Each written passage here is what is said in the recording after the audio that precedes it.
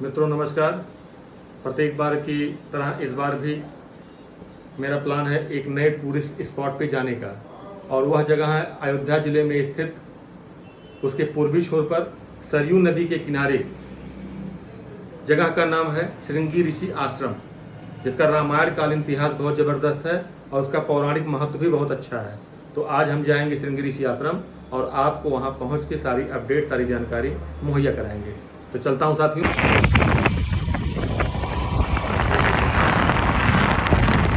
अब हम गोसाईगंज से श्रृंगी ऋषि रोड पर हैं।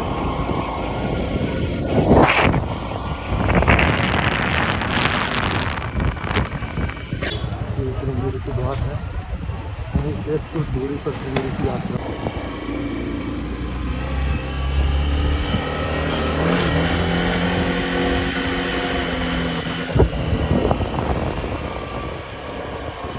मित्रों नमस्कार। और जैसा कि मैं निकला था श्रृंगी ऋषि आश्रम के लिए, और अब मैं वहां पहुंच चुका हूं, और आप देख सकते हैं ये परिसर पूरा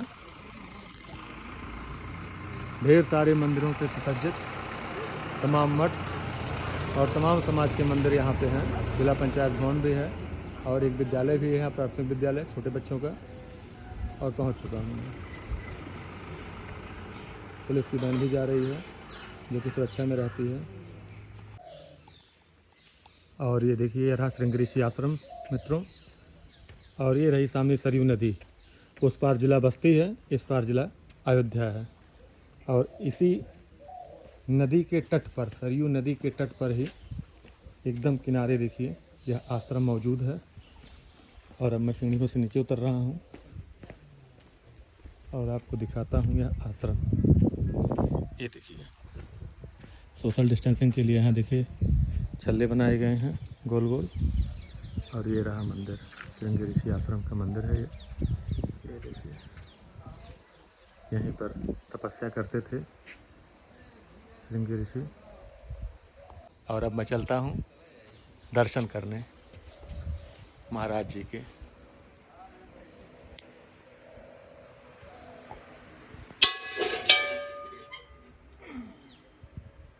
जय बाबा।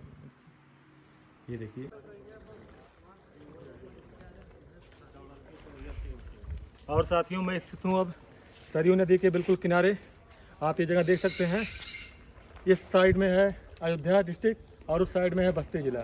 तो दोनों के बीच में बहती हुई नदी है और एकदम किनारे पर स्थित है अयोध्या के पूर्वी छोर पर ये श्रृंगी ऋषि का आश्रम। आप ये आश्रम देख सकते हैं। और यहाँ बाजू में माता शांता देवी जी का मंदिर है, उसको भी आप देख सकते हैं, जैसा हमने आपको दिखाया वीडियो में। और अभी और बहुत सारे मंदिर यहाँ परिसर क्षेत्र में हैं, मैं उनको भी आपको दिखाऊंगा कि क्या क्या कैसे कैसे है यहाँ पे, और विकास की क्या क्या योजनाएं यहाँ पे आई हैं, क्या क्या चल रही हैं मौके पे। और घाट आप देख सकते हैं एकदम स्वच्छ और निर्मल, हर जगह साफ सफाई का विशेष ध्यान दिया गया है। बहुत अच्छा जगह है, बहुत अच्छा लगा यहाँ पे आके। बहुत सारे लोग आ भी रहे हैं, शायद स्नान भी करें और यहाँ पे दर्शन करके अपने जीवन को धन्य बनाएं। और यह देखिए एक मंदिर यहाँ भी है, माता शांता को समर्पित यह मंदिर है। आइए आपको इसके भी दर्शन करवाते हैं। ये देखिए जय शांता माँ, ऐसी मान्यता समर्पित यह मंदिर है। ये देखिए बहुत ही गुफा में स्थित। आप कहीं मत जाइएगा, आपको मैं अभी बहुत इंपॉर्टेंट जानकारी देने वाला हूँ गुरु जी से मिलकर, जो आपने कभी और कहीं नहीं सुना होगा। ये परिसर देखिए बहुत ही स्वच्छ और क्लीन है। देखिए साफ सफाई का विशेष ध्यान दिया गया है। हाँ इस टाइम थोड़ा सा पेड़ों की पत्तियाँ गिर गई हैं, जो सुबह से और शाम साफ कर दी जाती हैं। और इसी परिसर में स्थित है ये श्री शनिदेव मंदिर, साथ में ये भी देखिए मंदिर, पूरी श्रृंखला है मंदिरों की। इस साइड में भी मंदिर है और किनारे से उधर से देखिए रिवर, नदी की जलधारा। यह भी एक मंदिर है, काफ़ी खूबसूरत मंदिर है मार्बल का। और देखिए साफ सफाई की विशेष सुविधा।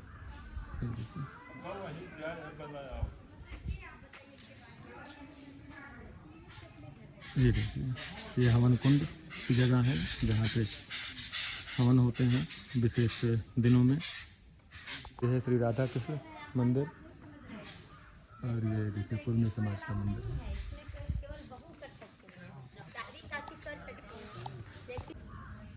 ये एक भव्य मंदिर है, मार्बल और टाइल्स का बना हुआ। ये भी देखिए काफ़ी पुराना मंदिर है। श्री राम जानकी मंदिर श्रृंगी ऋषि। ये देखिए श्री गणेशाय नमः राम जानकी प्रजापति मंदिर।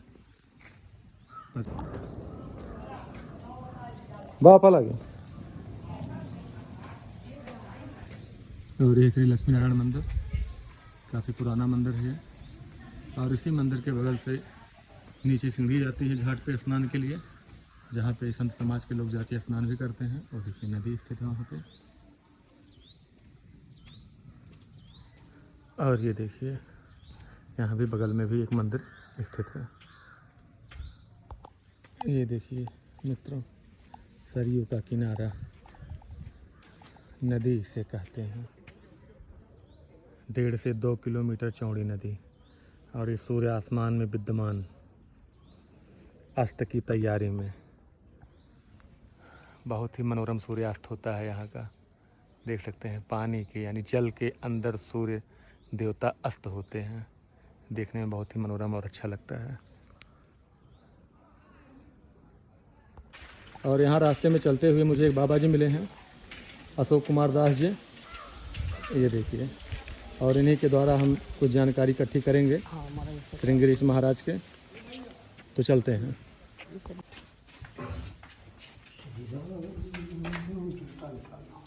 निकाल दूँगा।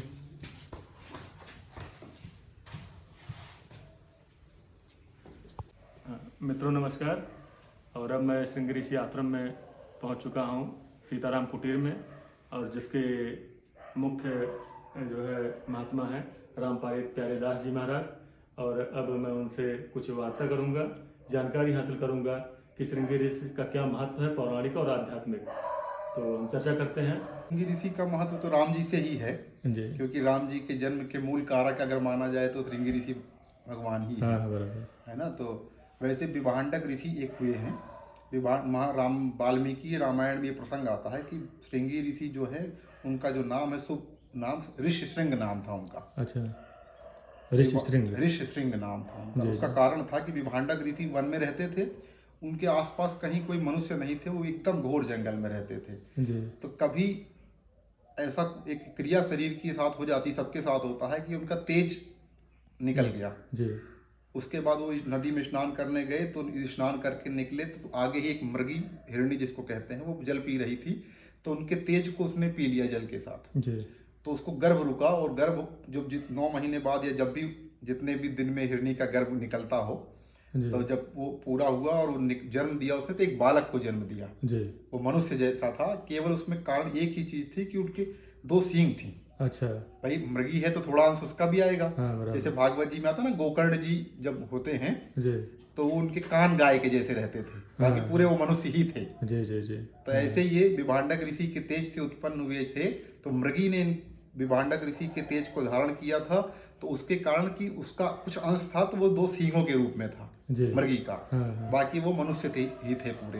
तो इससे उनके पिता विभांडक ऋषि ने जब वो बाद में उनको जन्म दिए तो वो उन्हीं के जंगल में जन्म दी थी मृगी ने, तो वो वापस उसको अपनी कुटी पे लिया। उसका नाम ऋष्यशृंग रखा क्योंकि 2 सींग थी और ऋषि की परंपरा में थे तो ऋष्यशृंग हो गए वो।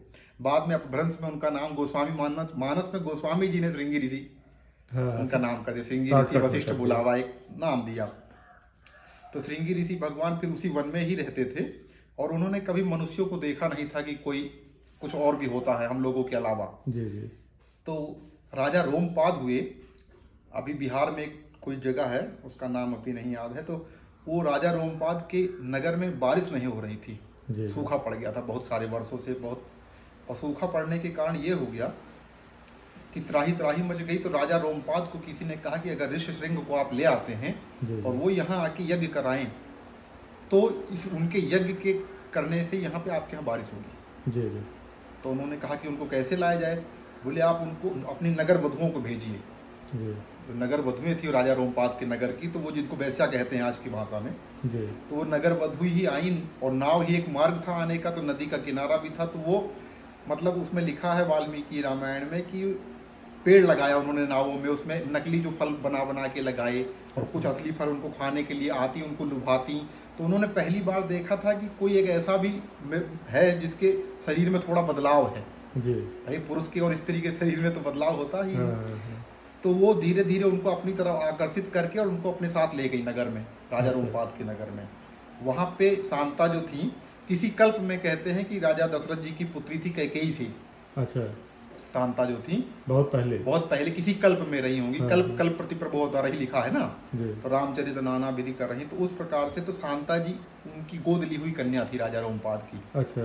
तो जब अब ले गए हैं तो उन्होंने यज्ञ कराया, बारिश हुई, तो अब क्या दें। अच्छा। एक होता है ना कि आप हमें क्या देंगे, मैं आपके घर में आया हूँ।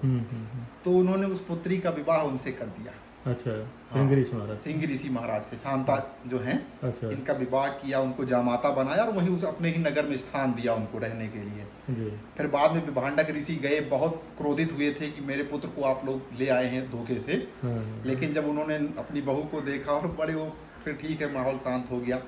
बाद में जब राजा दशरथ जी की चौथी अवस्था आई और कोई पुत्र नहीं, कोई संतति नहीं, बहुत दुखी होके वशिष्ठ जी के पास जाते हैं।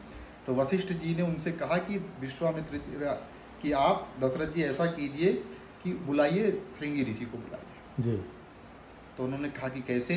तो बोले आपके मित्र हैं राजा रोमपाद, आप उनको पत्र लिखिए तो वो उनको लेके आएंगे जी। तो वो अगर यज्ञ वो कराएंगे, क्योंकि खैर वशिष्ठ जी भी सामर्थ्यवान थे जी, पर लेकिन सबका अपना अपना एक अंश होता है ना, जिसको ठाकुर बड़ाई देना चाहें। तो फिर वहाँ से श्रृंगी ऋषि आए हैं, इस स्थान पे ही उनका निवास दिया गया था। अच्छा, वहाँ से आके यहाँ पे ठहरे। जैसे ये पूरा अयोध्या का परिक्षेत्र है। हाँ जी। जैसे अभी आप ये पीछे जहाँ दशरथ जी वन में गए थे शिकार खेलने, श्रवण क्षेत्र आपके नजदीक में ही है। तो ये पूरा जो बेल्ट है अपना जी, ये दशरथ जी का ही क्षेत्र था, पूरा वन ही है ना। तो पहले महात्मा जब किसी राजा के यहाँ जाते थे तो उनको महल में नहीं ठहराया जाता था, वनों में ही उनका जहाँ भी उपयुक्त स्थान हो, नदी का किनारा, तो वहाँ पे तो ये सरजू जी का किनारा रहा और यहीं पे उनको ठहराया। अभी इसी में रास्ते पे आप आगे जाएंगे किनारे सरजू जी के, तो दलपतपुर एक गांव, वहाँ विश्वामित्र तपस्थली है। अच्छा। तो वहाँ विश्वामित्र जी जब बक्सर से आए थे राम जी को लेने, अच्छा, तो वो आके उनका उतारा, वहीं रुके थे, फिर वहाँ से स्नान ध्यान नियम करके गए होंगे महल में जी, जी, जी। तो श्रृंगी ऋषि को यहाँ पे वास दिया और इसी जगह से ठीक सामने उस पार, नदी के उस पार में, जहाँ मखौड़ा करके एक जगह है जहाँ पे यज्ञ हुआ था, पुत्रेष्टि यज्ञ, तो वहाँ पे इन्होंने यज्ञ कराया। और उसके यज्ञ के बाद आप सब जानते हैं, कथाओं में सबने सुना ही है कि चरु लेके अग्नि प्रकट हुई और 4 पुत्र हुए दशरथ जी के। उसके बाद ये माना जाता है कि श्रृंगी ऋषि यहीं रह गए। अच्छा। हाँ, इधर ही अपना तपस्थल यहीं बना ली। वैसे तो पूरे भारत में लगभग 14 स्थान है श्रृंगी ऋषि के जी। राजगीर में है, बिहार में, अजमेर में भी है, और भी मार्ग में कई सारी जगह, जैसे महात्मा विचरण करते थे जहाँ भी जाए वहीं जी। पर यहाँ पे ये धारणा है कि श्रृंगी ऋषि यहीं रहे और समाधि उनकी यहीं है। तो बहुत सारे लोग जो भी यहाँ आते हैं, जिनको पुत्र नहीं होते हैं, वो पुत्र की कामना से श्रृंगी ऋषि बाबा का दर्शन करते हैं, मनौती मानते हैं यहाँ पे आके, तो उनको पुत्र की प्राप्ति होती है। ये यहाँ का एक पौराणिक महत्व है कि बहुत पहले ऐसा हो चुका है। हाँ, तो उसका फल आज भी प्राप्त मिल रहा है। भाई भूमि का प्रभाव है ना जी, जी, अयोध्या आप कहीं बसा सकते हैं, पर भूमि कहाँ से लाएंगे? ये तो सही है। तो भूमि का प्रभाव होता है, भूमि ही, इसीलिए तो जन्मभूमि की जो विवाद चल रहा था, इसलिए भूमि का प्रभाव था। नहीं तो चाहते तो कहीं भी बना लो आप, लेकिन अयोध्या की भूमि का प्रभाव, ऐसी इस भूमि का प्रभाव है कि श्रृंगी ऋषि के तेज से, तप से ये जगह विद्यमान है। तो यहाँ पे जो भी आके अपनी इच्छा प्रकट करता है, उसकी जितनी श्रद्धा होती है, उसके माध्यम से उसका जल्दी काम हो जाता है। खासकर संतान जो है, संतान प्राप्ति हेतु यहाँ हर अमावस्या पूर्णिमा को मेला लगता है, लोग दर्शन करने आते हैं, तो खूब आनंद होता है यहाँ पे। हाँ, और फिर पौराणिक स्थान है और नदी का किनारा, सरजू जी हैं। इस तरह से मित्रों, जैसा कि हमने आपको दिखाया, यहाँ पे तमाम मठ हैं, तमाम मंदिर हैं, दर्शन भी हम करके आए तमाम मंदिर में। श्रृंगी बाबा का भी मंदिर है, बगल में शांता देवी माता जी का भी मंदिर है, तो वहाँ भी हम दर्शन किए और आपको तमाम समाज के मंदिर और दिखाए हमने। और ये जगह जो स्थित है, इसका सही लोकेशन है, ये अयोध्या ज़िले के पूर्वी छोर पर स्थित है। अयोध्या की दूरी यहाँ से लगभग 30 किलोमीटर है। आप निजी वाहन से वहाँ से यहाँ तक आ सकते हैं, और प्लस अम्बेडकर नगर से भी आप बाई रोड यहाँ पर आ सकते हैं, लेकिन और कोई आने की सुविधा यहाँ पे नहीं। तो जितना बेहतर हो सके आप अपने खुद के वाहन से यहाँ पे आइए, दर्शन कीजिए। बहुत ही पौराणिक रामायण कालीन इतिहास है, इसकी जानकारी लीजिए और अपने जीवन को धन्य बनाइए। नमस्कार मित्रों।